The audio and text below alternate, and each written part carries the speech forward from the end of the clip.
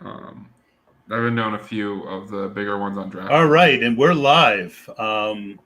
Eliot and I, kind of craziness at the end of the day for me to get back in time. So we're on the board, and I am going to try and get some things up for everyone to see, including the draft board. We're up in 2 picks. Eliot, to me, if Hill or Eckler make it to us, they're no-brainers. If they don't, who do you like? You're up next. I think Diggs is in the conversation, but as we had discussed, like being able to start with 2 stud running backs and then just loading up everywhere else. Now you are on the clock. It was Eckler. Yep, and Eckler went. Not surprising. So I've been reaching for Najee. I think his workload is the best of any of the running backs. I'm a little down on Gibson. Okay, Gibson I'm very high on. I'm good with, if you want to take Najee, I would go Najee and either Barkley or Gibson. All right. Let's look. I sent us that thing. I'm going to try and open that up, what our ownership is. I don't think we have and of course, my thing. 15 seconds left. All right, so I'm going to take Najee since we kind of agree on him. Yep, I'm good with that. And that gives us another minute. Now you are on the clock. For me to pull up our ownership. So we've got a lot of we got 4 cooks. We've got 102 or 103. Yeah. Henry. We don't have a Barkley. We do have a Jonathan Taylor. Who is the other guy you like? Gibson? We do have a Gibson. So I would be okay with Diggs, actually. If you want to go Diggs, I don't have a lot of Diggs. Okay. I'm going to go Diggs. He led the league in targets, receptions, yards last year. If we saw his touchdowns come on a little bit at the end of the year. If that can get to the double-digit range, he can finish as wide receiver 1 overall. So what I do next is I go through and I fill the queue for the next 2 picks because it's important to me that we have enough people in the queue. Do you like Chris Carson at the next pick if we had to? Yeah, Chris Carson is one of those guys that I'm a lot higher on than a lot of different people. And I don't put Montgomery into the queue. I'm not on Montgomery at the end of the turn of the 3rd or the 4th. I'll get some shares at the end of the 4th, but I think he's being overdrafted based on late production and this assumption that he's going to keep all that passing game work with Damian Williams there, and Tariq Cohen will come back later on in the year, and Fields will take over, and we all know that. And he wasn't that efficient. He's never been efficient. He's never been very good. He had a 4-game, 5-game, 6-game stretch where he put up big numbers against the lowest competition and the worst competition in the NFL, right? So I'm very good on passing on him. All right. So I put everyone in, and that's 25 names. So we're definitely going to get 2 guys out of and then what you can do while I'm working on getting some visual aids to people who are following along the draft board, especially, you can go through that list, see if I missed anyone, and or if there's someone you really don't like. We got our ownership up here too. I thought that was a neat little addition. Oh, for sure. I love your new room. Thank you, man. I appreciate that. Where'd you get that sofa? That sofa looks like it cost a couple grand. I got it from Park and Bergen. It's like. Or is that your chair? That's a couch. That's a sofa. Yeah. It's beautiful. Thank you, man. I appreciate that. Yeah, finding sofas right now was a pain in the ass. I would think finding just about anything right now is a pain in the ass. Yeah, that's a very good point.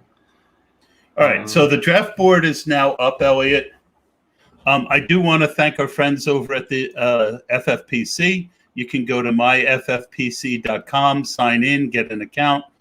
This tournament is almost over. I think this is my 102nd team that I signed up for, and it's the last with Eliot Crist and I. You can follow Eliot on Twitter at Eliot Crist, and he is the bigwig over at FTN. And Eliot, you guys have done a lot of really great work. You've brought in some of the leading people in the industry. You got to be very proud of everything that you've done over at FTN.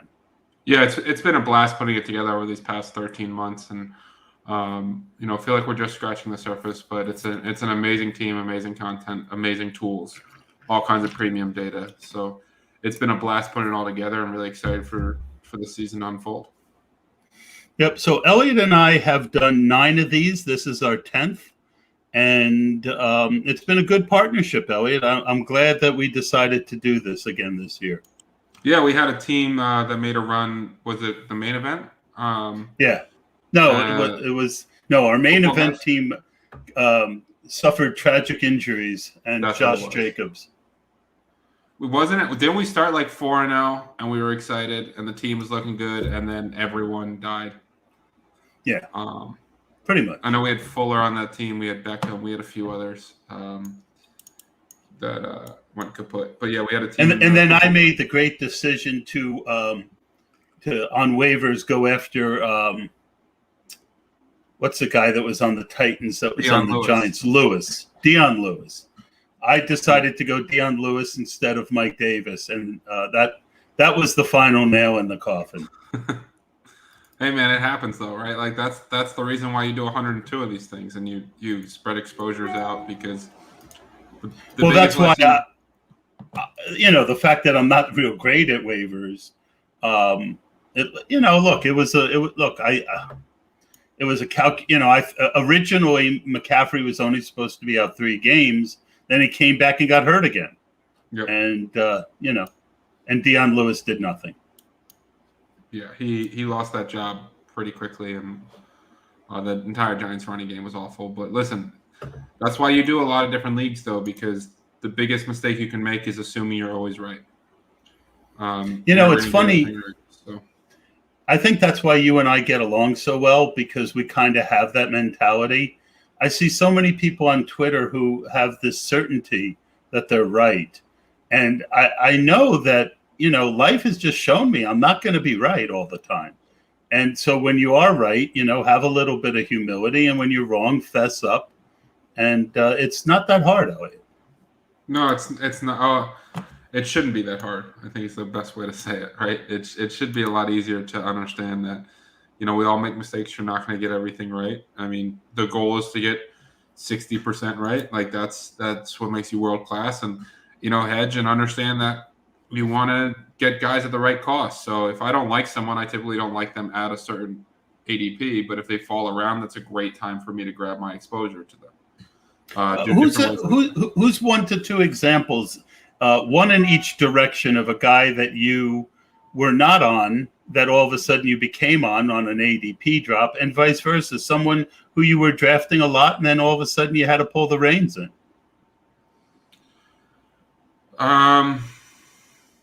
That's a good question. While you're thinking, I'll throw out mine if you want. Yes, sir. I was drafting a lot of T. Higgins in the 6th and 7th early in this tournament, and Antonio Brown in the 8th, 9th, 10th. And both of them, once T. Higgins hit the 5th round, I was out. And Antonio Brown, mid 7th, I think it's a toss-up.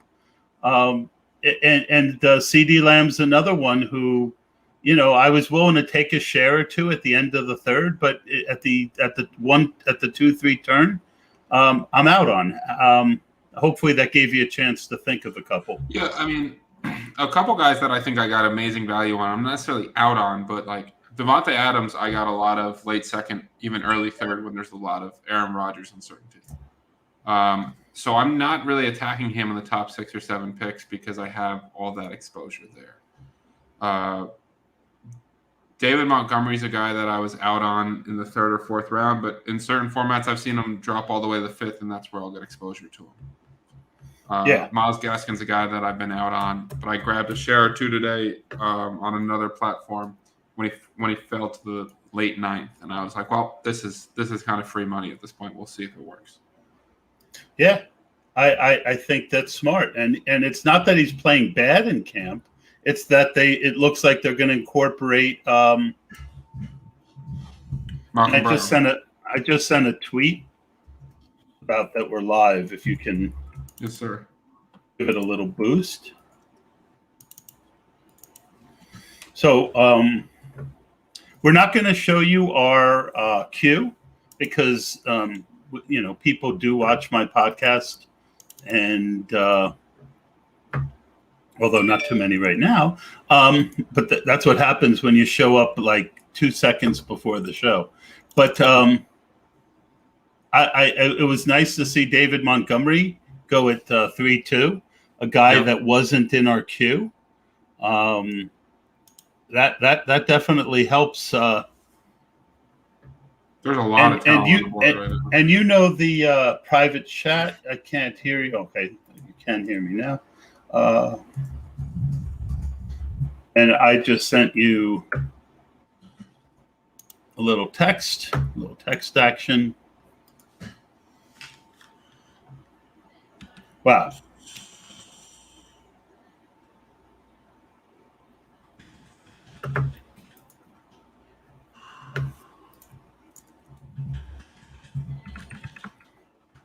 You are up next. So we're up next. Let's see who makes it. Whoever makes it, there's going to be good value, though, right? We have 6 guys left on our board. I mean, I think Dobbins and Swift are both fabulous deals here. If they both, and we took a wide receiver the last time. We can go 1-1 if you want. I mean, if you want to draft both and then load up on wide receiver, basically say if Harris, Dobbins, and Swift don't work out, the team's dead. I mean, I'm okay with the guy. You mentioned that you like Amari. I don't mind Amari. And he was wide receiver 2 with Dak when he was healthy. It's like the ankle concern is real, but it's kind of now built into you are on the clock. Yeah, and Dobbins went. So I think we agreed Swift should be one of them. Yeah, we can do Swift and Cooper. Let's make sure we didn't miss anyone. Do you not like Swift? I get the appeal of Swift. I think there's a lot of downside of being a running back that's going to split some time on probably the second worst team in football. He does run behind a good offensive line. He should get some passing volume. I think he could be Alvin Kamara. Okay. Well, I mean, we're going to take Swift. Now you are on the clock. And we're going to take Cooper. It's one of the great things about doing things with partners too is that you can start getting exposure to players you might not necessarily be on. Yeah. Well, here's my thought on Swift. As dumb as a stone and I'll start filling the queue. As dumb as a stone as Matt Patricia was, as soon as he saw what he had there, he started playing him pretty regularly. And I just, Campbell had Kamara, and everyone's down on Anthony Lynn, but, he certainly gave Eckler enough volume. So I'm not. He also didn't give Eckler the inside the 5 work, right? They still split time. And the Chargers' offense is much better than the Lions projects it. But I guess, like you said, it's like I said earlier, it's baked in with the offense. If he goes the end of the third, top of the fourth, there's a lot of. I also think push comes to shove, Jamal Williams is a jag, and I know other people disagree. He's always, I in the 3 years he was with Aaron Jones, 2 years he was over a yard and almost a yard and a half 1 year. less in yards per carry behind the same line as Aaron Jones. And normally the change of pace guy is the guy who gets the higher, the third down back gets the draws. You tend to see the third down guy have the higher yards per carry. And, I think if they're behind, the offense is going to run through Hawkinson and Swift. I'm very big on Hawkinson this year. I mean, listen, you can definitely tell your story where Swift is going to be involved. I think I'm a little bit higher on Jamal Williams than you are. I just don't target running backs on really bad teams. Do you like Jerry Jeudy? I do like Jeudy. I'll put him in the queue, even though I don't like him. He's been shooting up draft boards. Yeah, almost he's starting to get overdrafted. Yeah, agreed. Well, you and I both like Sutton too.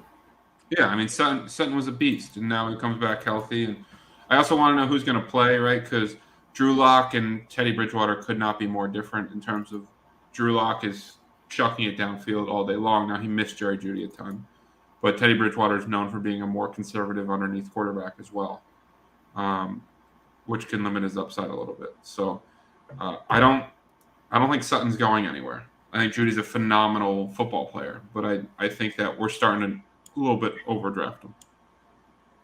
I agree, and I wasn't high on him before. Because he was going in the 7th round, 8th round, and I've seen him he goes in the 5th round a lot now. Yeah, but when he was in the 7th round, I mean, he was going around guys that I liked a lot, like Antonio Brown. Claypool used to go in that area. Tyler Boyd, Robbie Anderson. They've all moved up. Having Michael Thomas and Akers pop out of the top. I don't know what some of the other guys who've fallen, but what do you make of the Cincinnati wide receivers? What do I make with the Cincinnati wide receivers? At ADP. I'm very big on T. Higgins. I mean, his deep ball catch rate was like 35% compared to the next receiver on the team last year at 11%. I think we saw a star come on, and the reason his numbers weren't phenomenal is because he was playing with Jeff Driscoll as opposed to Joe Burrow. I think he's going to lead the team in yards and touchdowns this year. Higgins? Yes. Oh, okay. So you like him more than Chase? I do like him more than Chase. I think Chase was a phenomenal prospect. We're talking about a guy that hasn't played football in a year, adjusting to the NFL as a rookie, and we're drafting him as if he's a sure thing. I think there's more questions than people are really trying to ask. Yeah, I feel like when I watched his tape, I thought I had some questions about separation, but his game isn't really dependent on separation. So I've been buying a little bit of Chase on the news that he had a little trouble separating in camp. I was kind of railroaded into a couple shares right around the 4 or 5 turn. When you, like you said, when you partner, that can happen. Mm-hmm. But I feel like, taking Chase on the discount, and I had at one point like 25-30% T. Higgins when this started, this tournament. But he's gone up almost 2 rounds since the tournament started. So, you know how it is when you've got pretty good ownership on a guy, you're less likely to take him higher than when you used to get him. Correct. It's literally one of those situations where, and that's why I have more DJ Moore than any other player, because he continues to not go up draft boards. And I like to find him a great value. You and I have always found common ground on drafting DJ Moore. Well, he's the only receiver in football to have 11,075 or more yards in back-to-back seasons. He just absolutely dominated last year, except his catch rate wasn't great because of how many off-target throws he had. If Sam Darnold gets anything like Ryan Tannehill away from Adam Gase, you could be looking for a monstrous season. And the biggest knock on him is the fact that he doesn't catch touchdowns because he only had 4 last year. but he was second in the entire league, seeing 37% of the Carolina Panthers' end zone targets, behind only Adam Thielen, who we know had double-digit touchdowns last year. So if that regresses to the 8, 9, 10 mark, you could be looking at a top 5 receiver easily. And last year he had 8 games over 92 receiving yards. Only 2 other receivers did that last year, and it was Calvin Ridley and Stephon Diggs who both finished as top 5 receivers. So I think you're drafting a player at his floor who has massive, massive ceiling. Yeah, we only have 2 Moores, but I think it's more DJ Moore of the case that he just wasn't available a lot of times when we drafted. It was one of those situations, well, because we kept, like we said, we have so many Dalvin Cook teams because we kind of got forced into them. And then originally we took him 102, and then we kept getting 103, and I'm like, all right, we'll build a Kelsey team, da-da-da-da. And then Kelsey would go 102. So we kept getting stuck with Cook. I think we even had a 104 where we got Cook, where it was like a tough choice, and DJ Moore never quite made it back in the 4th round. Yeah, I've got 11 in the tournament. I've got 11% of DJ Moore. In football, guys, season-long leagues, I've got 25% of DJ Moore. Now, I don't do nearly as much of those. I'll probably do 10. So I probably have 8 or 9, 10 so far, and so 25% is pretty good. But I also like Robbie Anderson. I actually think the Panthers' offense is going to surprise some people this year. I think Sam Darnold is going to do enough. They've got some playmakers. I think the Panthers are going to finish second in that division. And I think they're going to. You are up next. One thing. Well, let's look at the board real quick. I mean, the guy who's in number 3, I know he got hurt, but he's a real favorite of mine here for best ball because he's one of the rare types of guys who can give you 40-point weeks. The only thing that I want to point out, and I tend to not care about this so much early, but week 7 is going to get ugly. Oh yeah. Ooh. Well, I think one more won't kill us. No, it won't. Because there's 2 guys with week 7 I like the fact of putting Claypool with Najee. I'm a big one for you don't need the quarterback to stack. I think the more correlations you have, the better off you are. And Jerry Jeudy went. So if you had to pick the 2 guys to take here, who would they be? I would take Lamar Jackson here. And I would take either Thielen or Claypool. But I guess one thing is for sure is that we agree that Lamar Jackson at 6'1", and I'll put up over the last 3 days, Lamar Jackson in this contest is going at 5'11", so it's not a screaming value, but it is a value. And it's always good to have value. And I think this is kind of a little bit of a dead zone. So to get what, and I don't think you need to stack Lamar. So I'm going to take him. Now you are. And I would be much more willing to take Thielen if he didn't have a week 7 bye also. So I you do. Yeah, I'll go with that. I mean, the whole thing with Claypool is how good do you think the Steelers are going to be? Because he performed way better when they were trailing than when they were leading. And can they block enough to let him get downfield? Because they really, they were the fastest time to release, but they were also the fastest time to pressure, which is why Deontay Johnson averaged over 11 targets a game, where basically he played more than 20 snaps. Like, didn't get hurt in the first quarter. Deontay Johnson's getting 11 targets, but we saw Claypool. He has monster touchdown equity in that offense too. Yeah, and I think that Claypool, one of the assumptions that you run into, Eliot, is that the role that people had is going to be the role that they keep.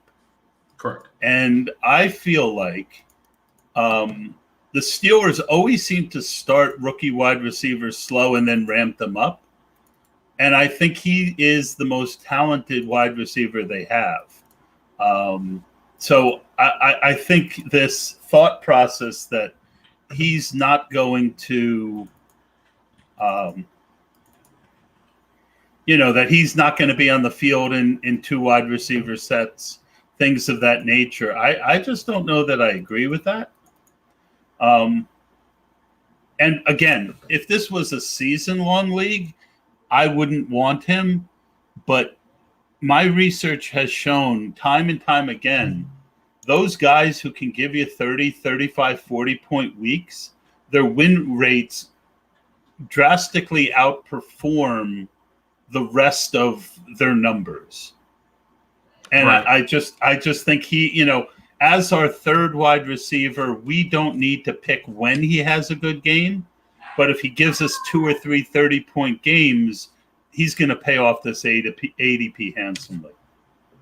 And we saw that he can do that, right? They really get him involved on even reverses down low, down by the goal line. Though, Najee Harris should take away some of that.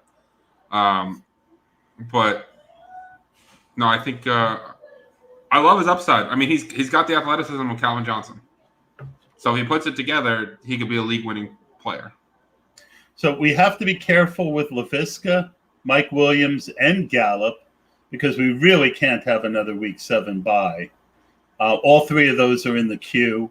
I would need really spectacular value to take a fourth wide receiver with the Week 7 and just YOLO it.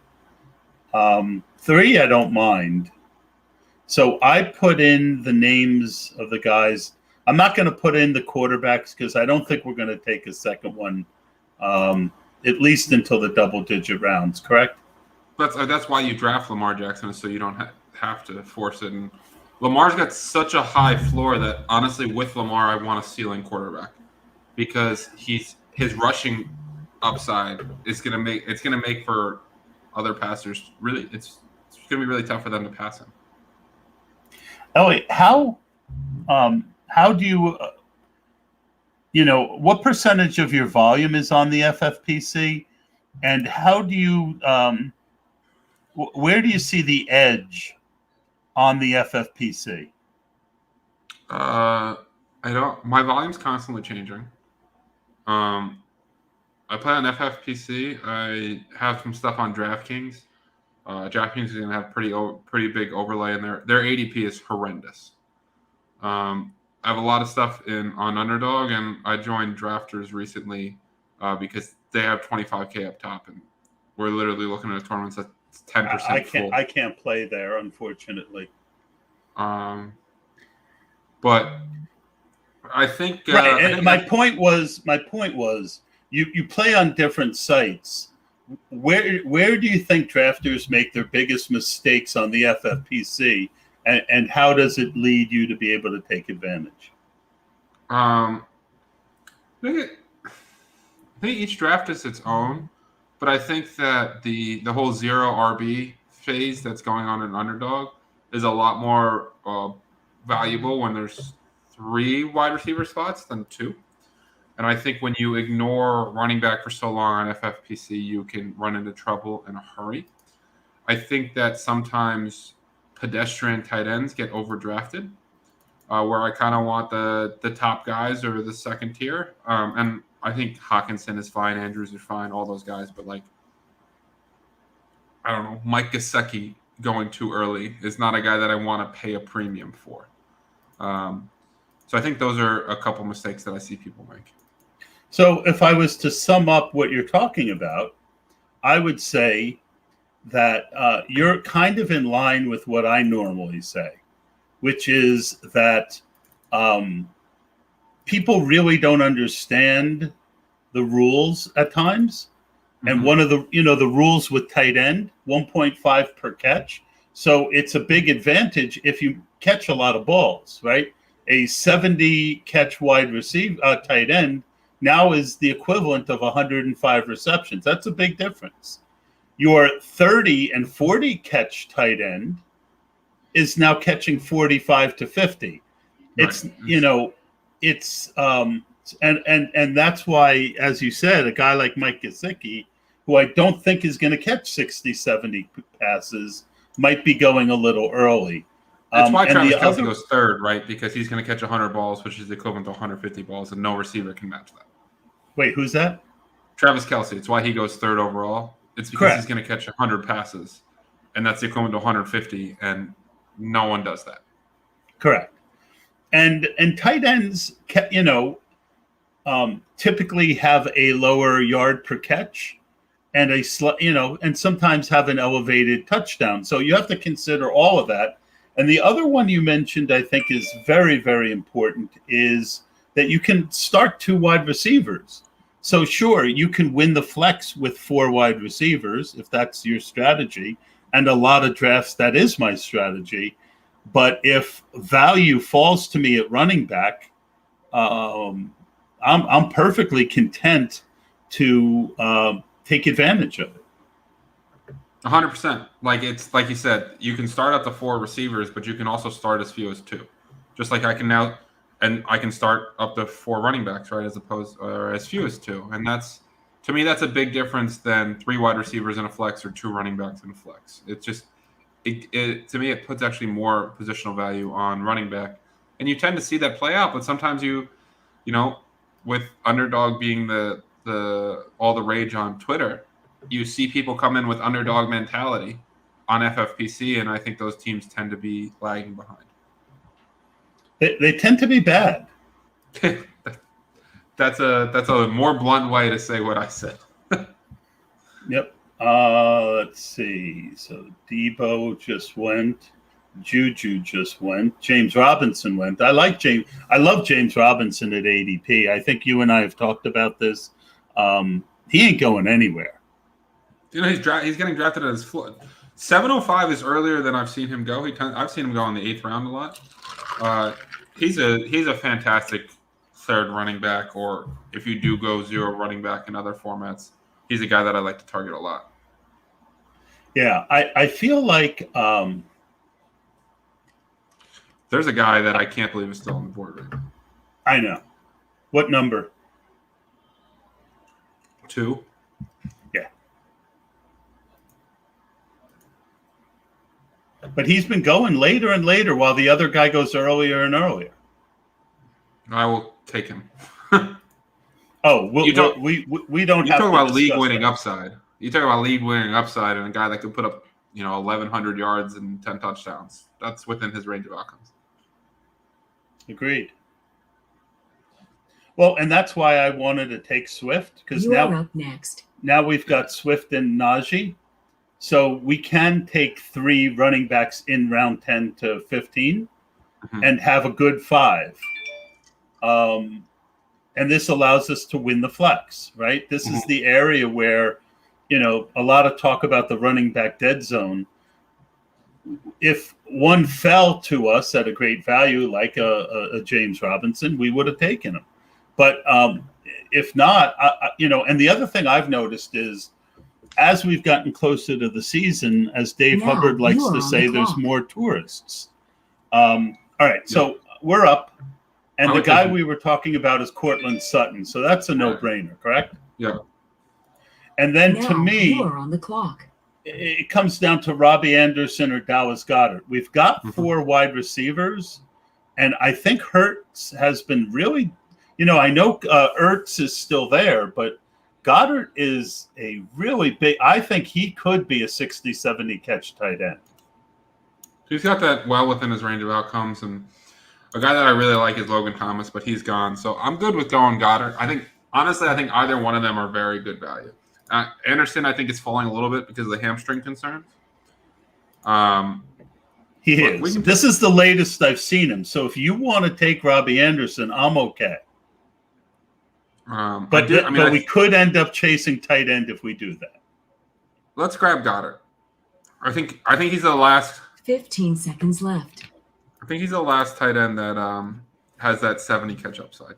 Yeah, and this is later than he normally goes.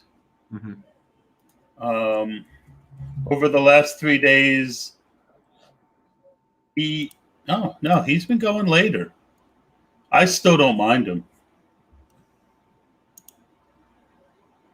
Robbie was he goes at 8.2, and Robbie was a discount, man, because of the hammy.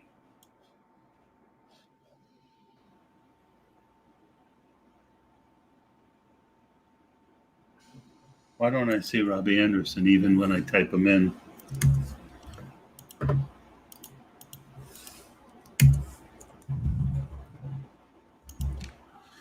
He goes 7-1. So we missed out on a little bit of discount.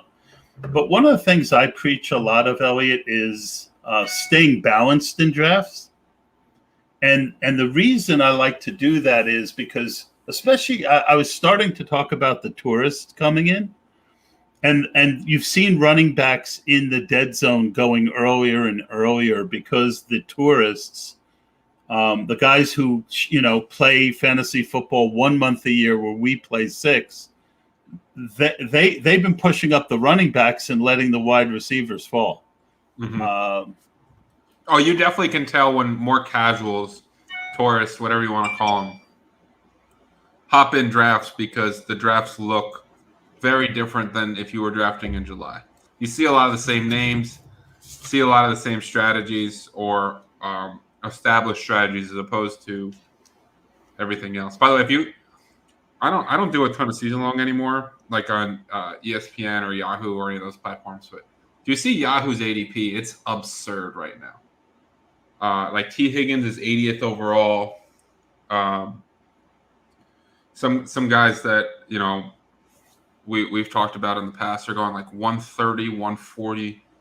Guys that we've talked about being late round, like 14th, 15th round guys we really like, don't get drafted. It's absurd the difference in ADP between places like this where people are putting up real money and other places.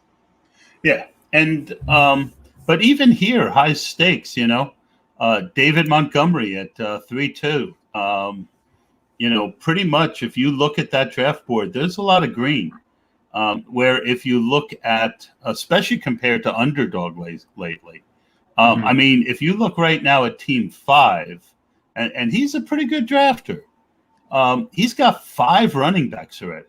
So he took James Robinson, even though he had Gaskin, Davis, Sanders, and Kamara. Now, is he going to take I've done pods where I just kind of eliminate teams based on the roster construction. I mean, it would be a sin if he took another running back with that. If you're not going to win, if those 5 running backs aren't going to win for you, your team's already dead. You know what I mean? Like, it's a great way of looking at it. I think someone once said, like, draft as if you're right. If let's say I start with 3 running backs, like I think Team 11 did, and he's done a good job of going wide receiver, quarterback, tight end since then. But if he comes back in around like 6 and grabs Myles Garrett, like, what is the point? Like, if those 3 guys aren't crushing for you, what's the point? Your team's already dead anyway. Yeah, and I think the way that I like to put it is, especially when you do volume, never, when you take Travis Kelce in, with pick 3, yeah. You're, or in a best ball, I will almost never handcuff, traditional handcuff in a best ball. I will do it sometimes with Madison, with Dalvin Cook, because he goes so late. I feel like he has, if a guy has a floor, fine. But in general, I'm never looking to protect my investment that I made on a first or second round guy. Just the opposite. Mm-hmm. If I have Dalvin Cook, I'm more likely to look for Tony Pollard than I am Madison, because I'm hoping, right? So that's I'm not how you saying have to right. play it when you do a lot of different teams. Like, and it goes back to the contrarian mindset, right? Of being comfortable being uncomfortable. That's how people win these things. That's how people make a lot of money, because the natural person is trying to constantly build up the floor. When we're playing for ceilings, right? We're playing for first place. We're playing to be able to have a top team. That's how these payout structures are set up. So why are we trying to hedge for floor? Yeah, I do think this contest, floor is more important than others. Mm-hmm. You've got 2 teams advancing out of each league, and then you've got 3 teams out of 12 advancing each of the next 3 weeks. So I'm much less likely to go with a wilder, like 4 running backs. Fragile. You don't have to go like super fragile. Correct. Where like exactly.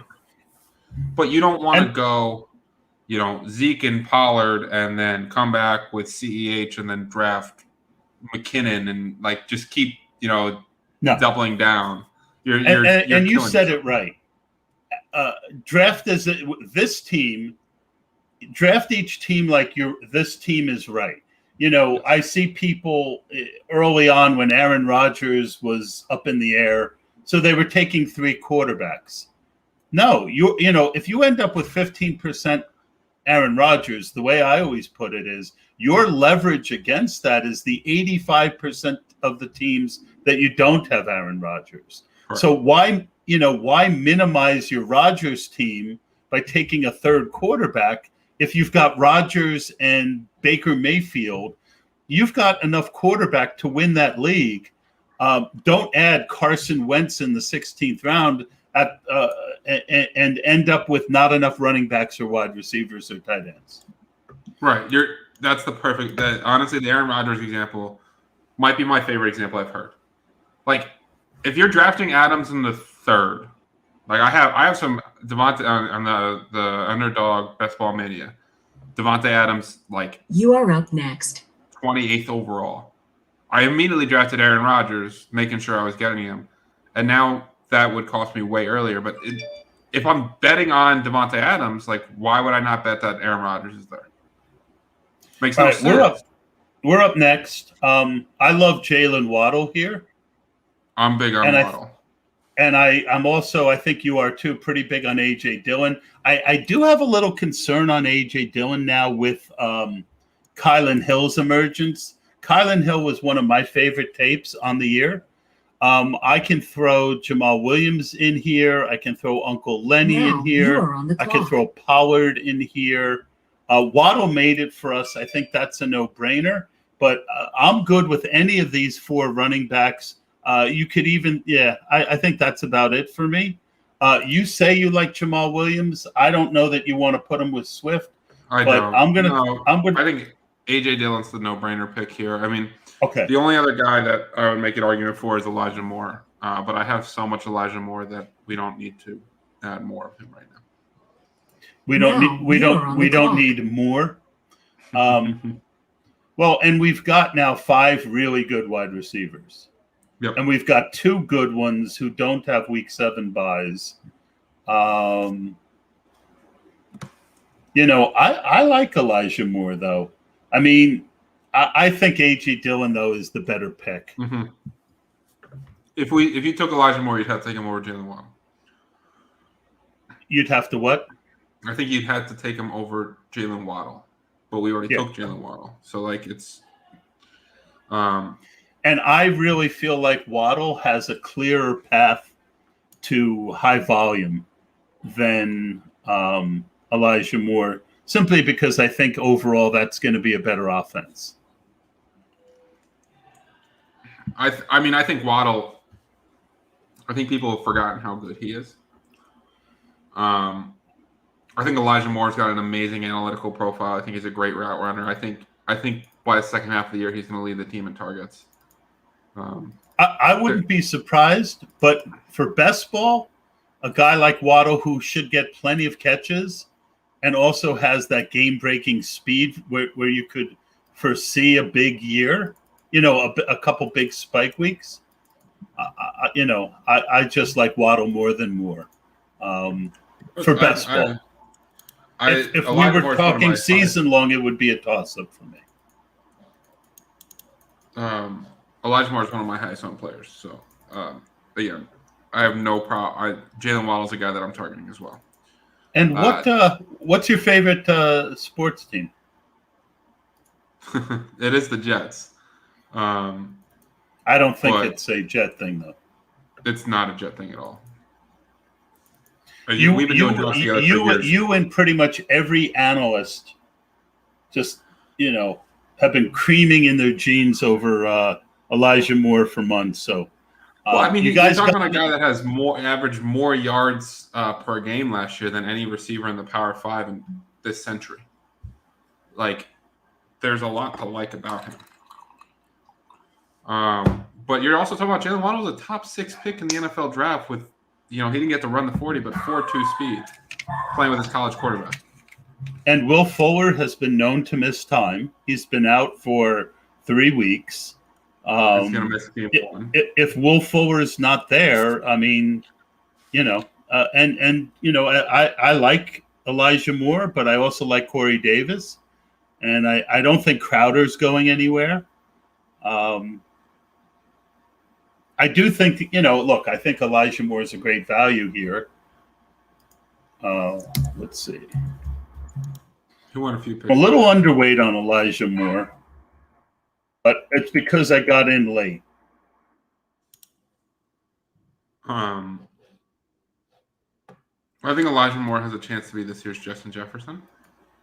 Ooh. That's my bold call. Okay. I think Jalen Waddle's got a chance to have 4 top 8 wide receiver weeks of the year on the year. Yeah. For best ball, I lean Waddle. For season long, I think he could make a case for either of them. Do you think that's fair? Yeah, I think that is. I honestly, I have them ranked back to back in my rankings. So I have more. Let's go Waddle.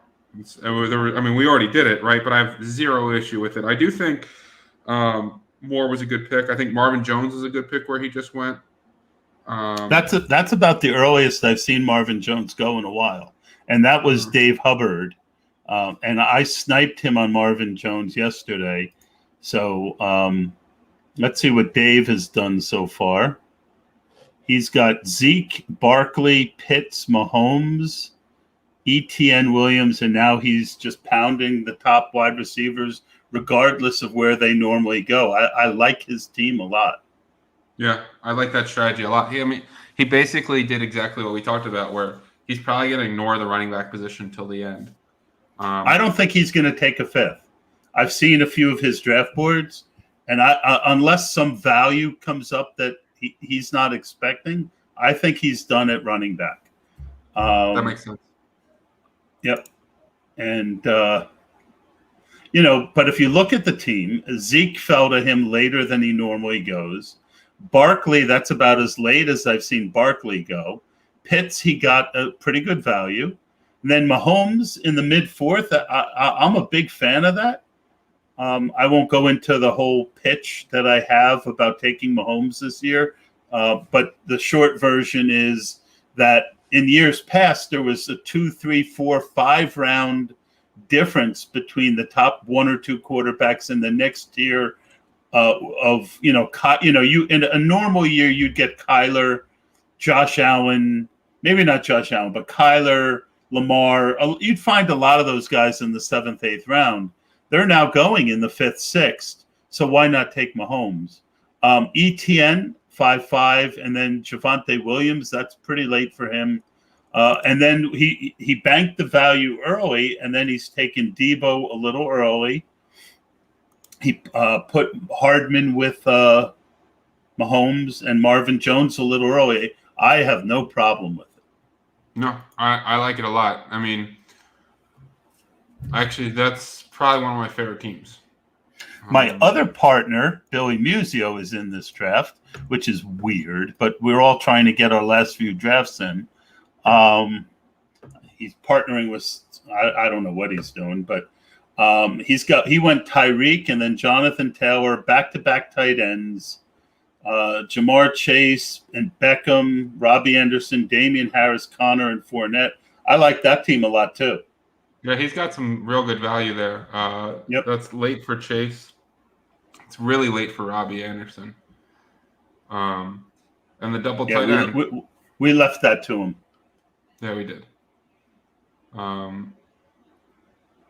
His team's good. Damian Harris is a guy where I think it depends on which quarterback plays more this year to unlock him, because Cam Newton takes all his inside the 5 carries and James White is going to take some of the pass game work. But if Mac Jones becomes the quarterback, Damian Harris has real touchdown upside in that offense. I think Mac Jones is basically, from everything we've heard, about even with Cam Newton right now.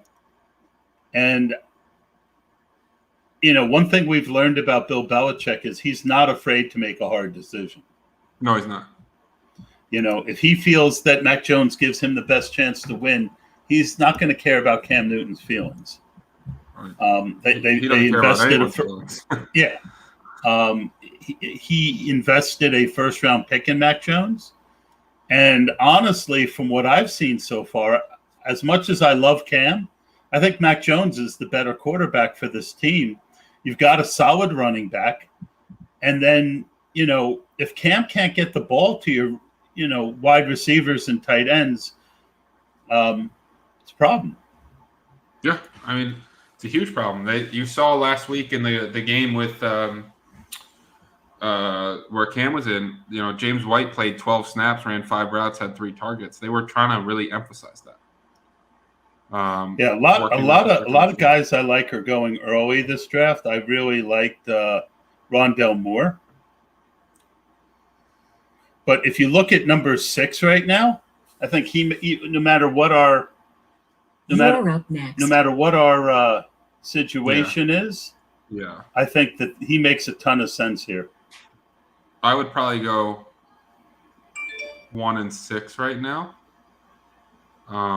Though 5 and 6, you could also make an argument for. See, I might go 6 and 9.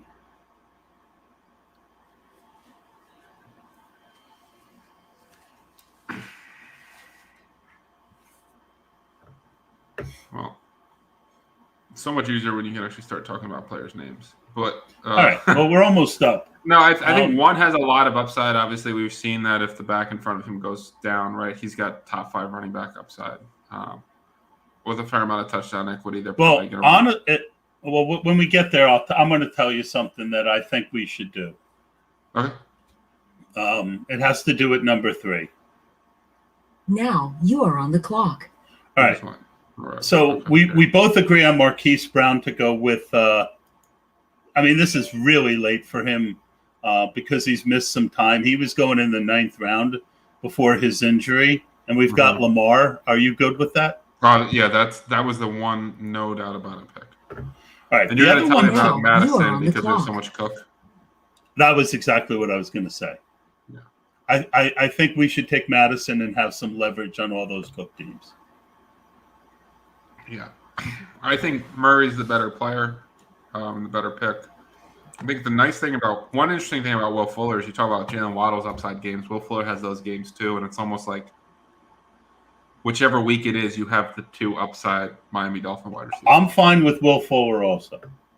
I kind of really like Will Fuller, to be honest. Really like him. I think this is ridiculous value for Will Fuller. Yes. And then we're pretty much done at wide receiver, I think. Yeah. But look at our guys. We have so many upside weeks. It's ridiculous. So many upside weeks. Todd, I'll be back in 30 seconds. Sure.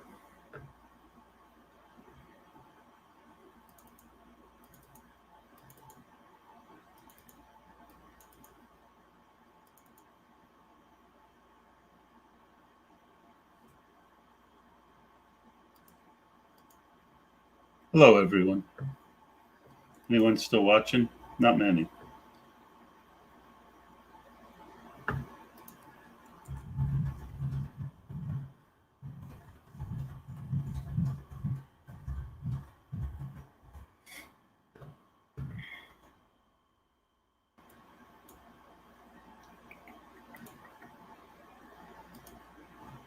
Sorry for the air silence.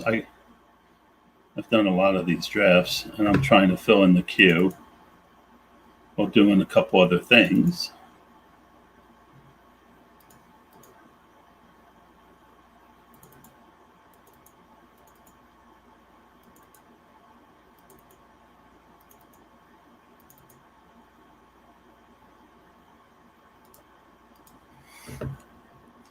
Aren't you glad we had this time together?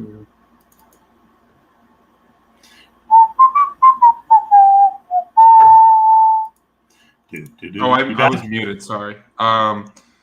Gerald Everett was the guy you wanted to talk a little bit about as well, right?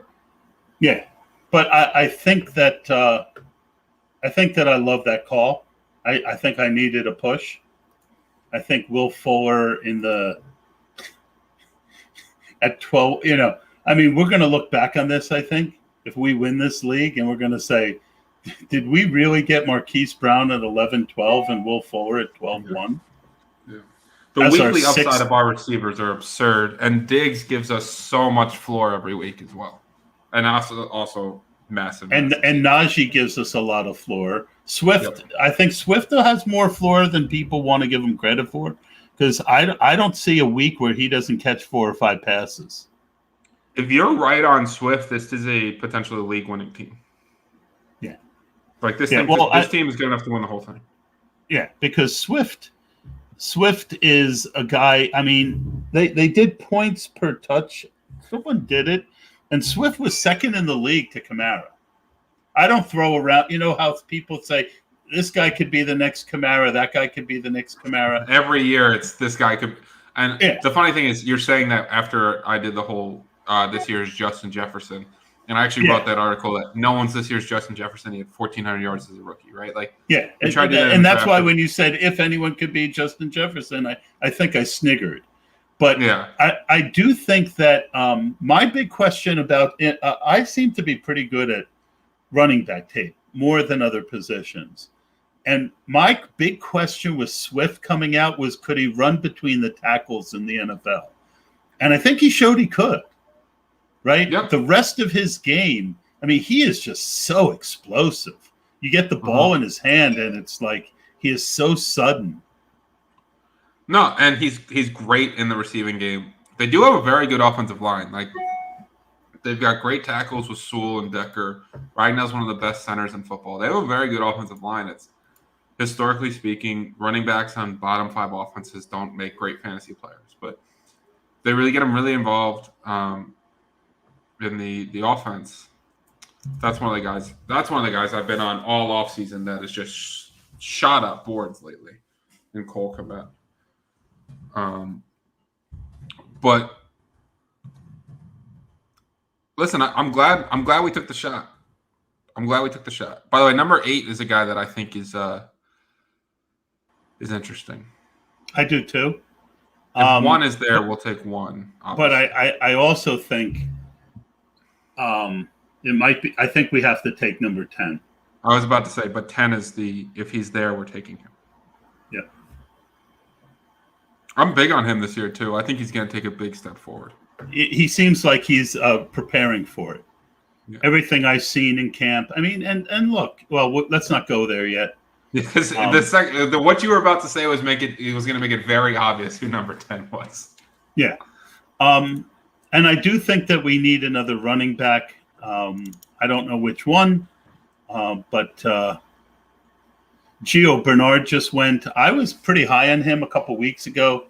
My erstwhile partner was more of a James White guy. I think Gio Bernard's going to have a big year.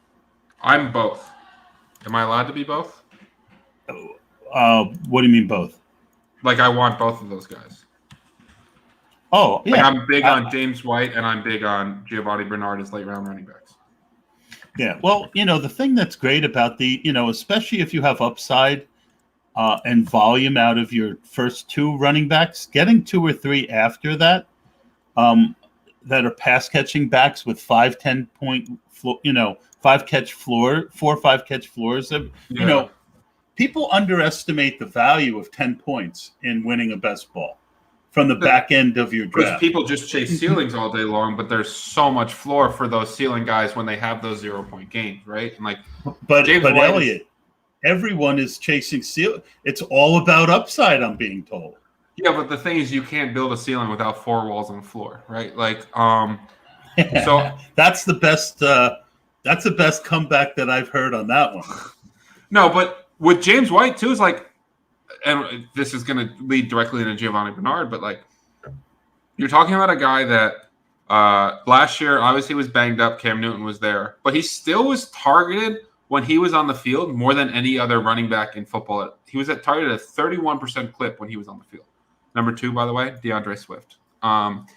Just in terms of helping this team out. But you are. I am really impressed. I know you're good at this stuff, but I don't remember you having this many facts at your fingertips when we've podcasted in the past. I think we've tended to podcast a little bit earlier in the season than now, which helps in terms of how that's true. Research. Because But, I always used you as a NFL rookie guy in the past yeah, before you ascended to your throne. I appreciate that. But and then so you're looking at 2 years prior to that he was what RB21 and RB8. Now those are a little inflated, but and that's part of that was also the Tom Brady loves to use a pass catching running back. So that's the Giovanni Bernard attraction to me. We go back to Dave Hubbard. He just took Devontae Trevor Adams, Lawrence Randy to go Moss. with Marvin Jones, Marcus Callaway, and Brian Edwards. I mean, he's got he took some of them a little early, but he has pretty much every one of my favorite upside wide receivers here. After that 4 running back start with Pitts and Mahomes, this is one of my favorite teams I've seen anyone build in this tournament so far. And Billy Muzio added Joe Burrow. Billy waits on quarterback really late, and I think it bites him in the ass because he's also he just got Baker, but he also I think Baker and Burrow is fine, but he's also not willing to take a third. You are on the clock. That's one of our dude. That was evil. Fruity Granny. He only had one quarterback. It made sense. And the funny thing is, like, if you look at he definitely looked at our team and was like, he's not making it back. Well, we definitely won Alexander Madison, I think. Yeah. Well, that's the guy we debated last round, right? Yeah. So it's a no-brainer. This is the latest I've seen him go. And then I think we have to take a quarterback. Do we have any correlations with Jones or Darnold? We don't. We don't have correlation with anyone on the board. Or we could take a tight end. How about 15 seconds left. I'm going to take Madison. Yep. Now you are on the clock. I think we need a tight end too. They're both going to kind of get a little soft. So we do have Lamar, who has just this unbelievable. One argument you can make, by the way, yeah, is if you took Sam Darnold, you could try to get Dan Arnold on the way back. That's the only thing I see left. Yeah, but I like Ferkser and Hunter Henry. We can't take Hunter Henry because of the bye. I think Ferkser is the guy because Lamar Jackson is better than Dallas Goedert. Yes, agreed. I think I talked in my pod yesterday about balancing positions. I feel like tight end's more of a need for us. 15 seconds left. Are you okay with Ferk? Yep. You sure? Yes, sir. Yes, sir. That's what I was going to suggest. Sorry, someone was calling me and I hit the end button too many times and I tried to call 911. Oh, excellent. I'm going to text you something too.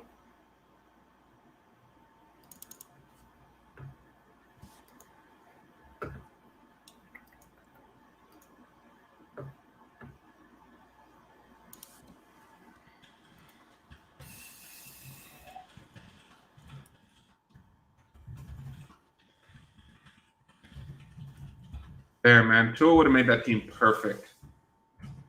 I know. That was really disappointing. And Baker was a solid fallback option, too.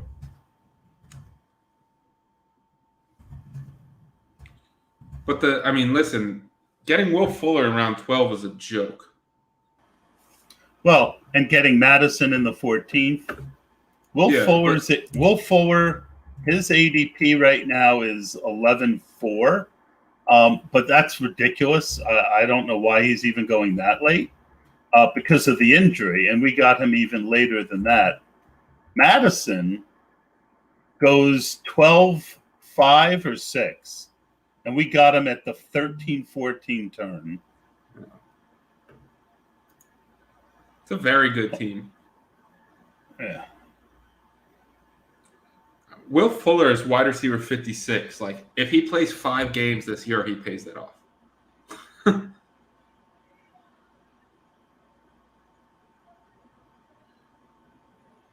Yeah, and I like our running backs. We've got 2 good starters. And, my friend Hilo pointed out to me that Alexander Mattison at ADP has a pretty good floor. If you look at his points, I have a site that has fantasy points per week.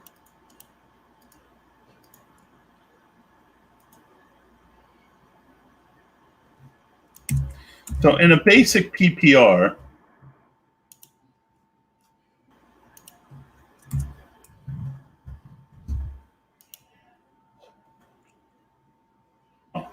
what year is this? Hold on, I'm sorry. There we go. All right, so it's not last year.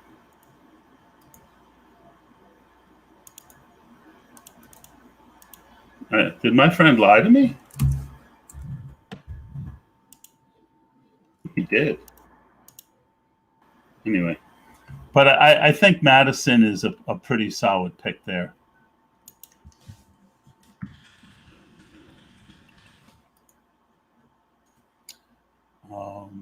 We know about our and tight end's pretty good now. Listen, Ferguson has some upside there, right? Like, I know they added Julio and that kind of killed some of his buzz, but Ferguson's got some upside. I like Ferguson. I got no problem with the man.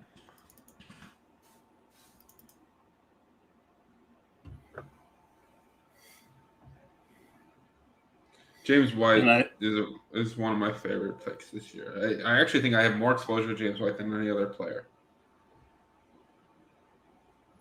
Yeah, he just went. We knew when we took Madison we weren't getting James White. Yeah. But I do feel with 4 out of 10 teams having Cook, yeah, it's smart. Dalvin Cook, it made sense to take Madison. Because if those teams become dead, this team becomes deadly. Ooh, I like that.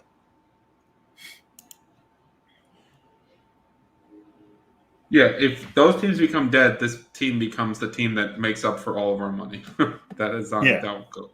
And A.J. Dillon as a third running back, he has a good floor. And, with an injury, he has league-winning ceiling too. Correct. Yeah, Najee is locked in as a true running back one with a huge volume. The only question is the offensive line. But what I found in my study, Elliot, and this could be a bottom 5 offensive line, but my feeling is if you're not a bottom offensive line or a top 5 offensive line, the rest of them are all kind of blend together. We talked, and I think honestly that's a great way to look at life, right? Like so often in life, in fantasy football, so often with DFS, right? We talk so much about defenses don't matter, wide receiver quarterback matchups don't matter. That's dumb. Of course they matter. Is it the same thing to beat Jalen Ramsey? Is it to beat Eliot Crist? Of course not. But the varying levels, right? Like we get so caught up in the middle ones of like 13 versus 17, where I think if we just rank things by percentiles instead of rankings, we'd have much more accurate picture of the week and the season. Yeah. And I was talking to Dwayne. I had Dwayne McFarland on, a guy I respect a ton. And he said basically the same thing. There goes Daniel Jones. So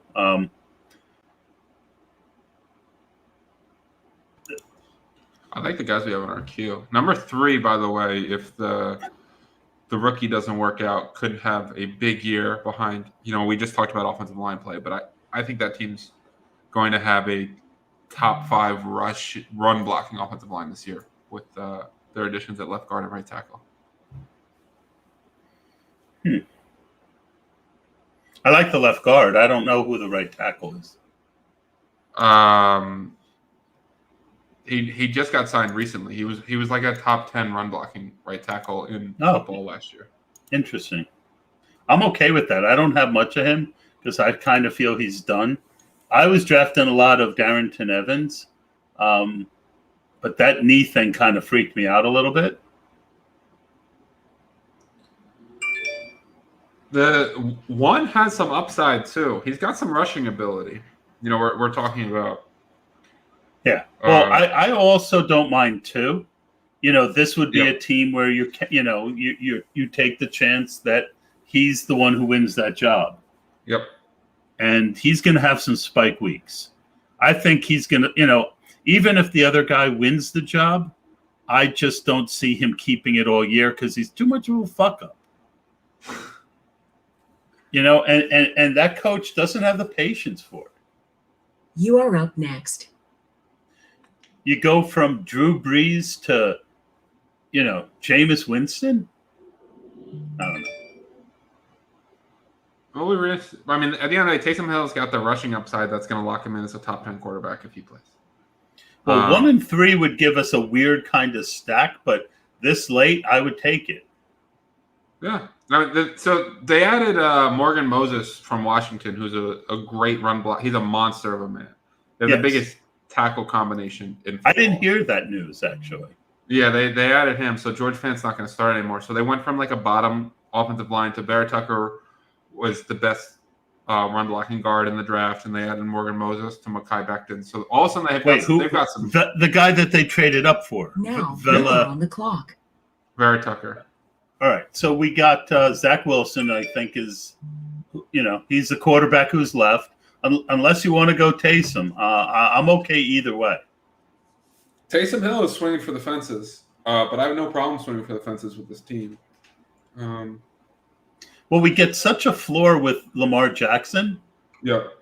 And if Lamar gets hurt, this team's fucked. We're not winning with Zach Wilson. Yeah, let's go Taysom Hill.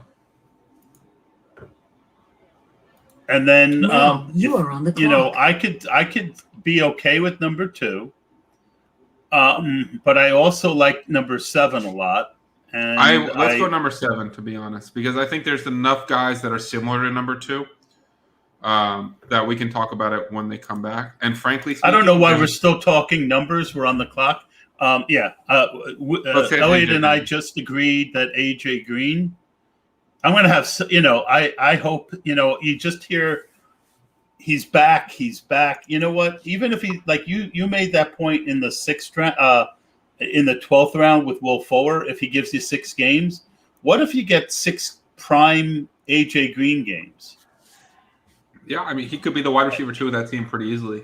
I think him. I don't think he's all right. So this is what I've seen with that offense. Is that other than Hopkins, it's going to be week to week. I think I love Rondell Moore. He's perfect for that team. I've read books on the air raid. I've drafted a ton of the Cardinals the last 2 years. And what they've missed, one of the things about the air raid is the theory is that you throw those quick screens and those reverses, and what it does is it forces the cornerbacks to tackle and the linebackers to run from side to side. That opens up, as the game goes on, that opens up the running game. And so I think he's perfect. But I also, we've seen big spike weeks from Christian Kirk. I think you're going to see, these weeks where teams focus on Hopkins and Rondell Moore and AJ Green, he said he's never faced single coverage in his life, isn't going to be double covered all year. So I like it. Sorry to go on and on about it. No, I think that's a great point. They signed him. They really like him. We give up on these old receivers very early, but Julio Jones and AJ Green were going back to back forever, right? In terms of drafts, and now Julio's a 5th round pick, and AJ Green's dead because he's been hurt the last couple of years. Everything you would knock on AJ Green is baked into his cost. Yes, like everything. So agreed, 100%. You're swinging on upside. By the way, the guy we were talking about at one point was Tevin Coleman, who ended up going right after us. Yes. Rashad Bateman, if he was healthy, was probably a guy we would have taken. Even if he's not healthy, but it just didn't fit the build. Yeah. Even though we had the stack. Yeah, you know what? We might have missed it there. I didn't see him available. I apologize. I'm the Q guy, and I didn't see him. No, it's all good. I saw him available, and to be honest, I have so much Bateman that I kind of wanted more AJ Green on a high stakes team.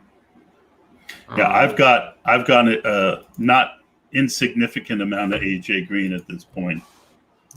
Once it clicked in my head, I really I've got 19% of him in this tournament. That is my highest owned wide receiver is Debo at 22%, and then Odell at 20, and AJ Green at 19. And I've got a 19 of Mecole Hardman too.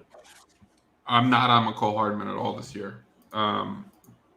But in terms of Deebo Samuel, I think Deebo's the better pick over Brandon Ayuk at a way discounted price tag. Yeah, I think they're both good. But I've been taking the 2-round discount. Well, that's what I think they're kind of, in terms of like playing field, I think they're the same. So if you give me the same and I get 2 rounds cheaper, I'm going to take the 2 rounds cheaper. Yeah. And Debo has a little bit better floor. I think he'll be used closer to the line of scrimmage. So it really depends on what you want to. But most of the year where Ayuk's going, I've always found someone else. I agree. Brandon Ayuk is one of the guys I'm lower on than most people.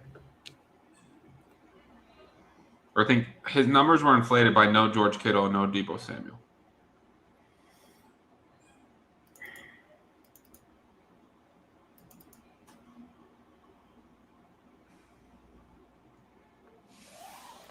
So in terms of roster construction, we have 5 running backs. No, we only have 4. We need a 5th. Oh, we need a 5th. We got 2 quarterback. We're 2-5, 2-4, 8-2. So I want to see who's left. I'd rather put someone good on my team than go nuts with construction. Right.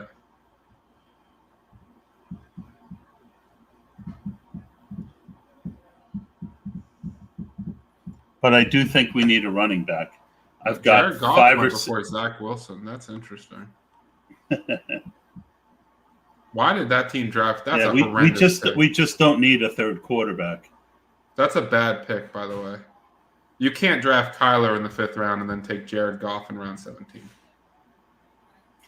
You can. You did.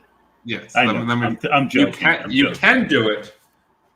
Watch Jared Goff have the Kyler Murray gets hurt the last week and Jared Goff's going to win this guy the whole thing. But, like, I just think that's a – No, I was joking with you.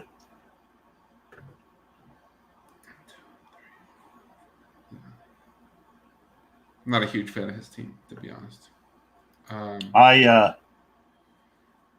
really would like number 3, and I'd be fine with number 2. I'm good with both those. What do you think of 4? I think there's a lot of path to resistance for him to get that workload. Agree. I also think that he's really good. My favorite guy, I've only drafted him twice. It's a real long shot's number 8. Yeah, you kind of need 2 things to happen. But that's a guy you were drafting last year too, right? Yeah, a little bit. There goes McKinnon. Matrix. Oh, he actually took a 5th, and let's see if that left him. I think he wanted to get someone. He had Mecole Hardman and Jared. No, I think it was. I don't think it's. I think it's a good pick. No, I don't think it's a bad pick at all. I'm saying that I think he wanted You are another up chief. next. So we got 2 picks left. There's definitely going to be. There's not definitely going to be a. We only got 1 to go. I think.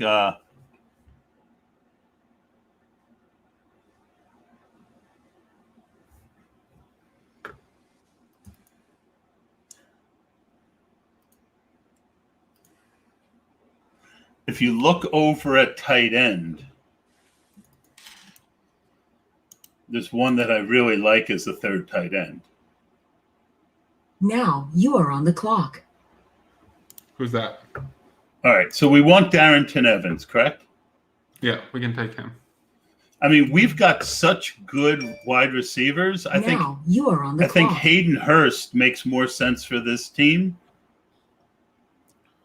Okay, I'm big on Dalton Schultz, to be honest. Are you? That's my favorite last round tight end. I mean, a guy who was fifth in receptions last year. He crushed with Dak too. I know Jarwin got hurt, but he caught 17 of 24 passes, 12 for first downs, 2 for touchdowns. He's younger. He's not hurt. He's played well, and it's exposure to one of the top offenses in football. All right, I'll do it. Cool. I'm not down on him.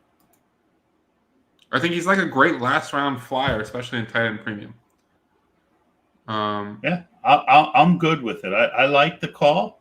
Hopefully, it turns out to be a big thing for us in the playoffs. Eliot, tell us a little bit more about your FTN life, and we'll get out of here. I got another draft at 8, and it's again from the 12 spot, so I'm going to go hang myself, try and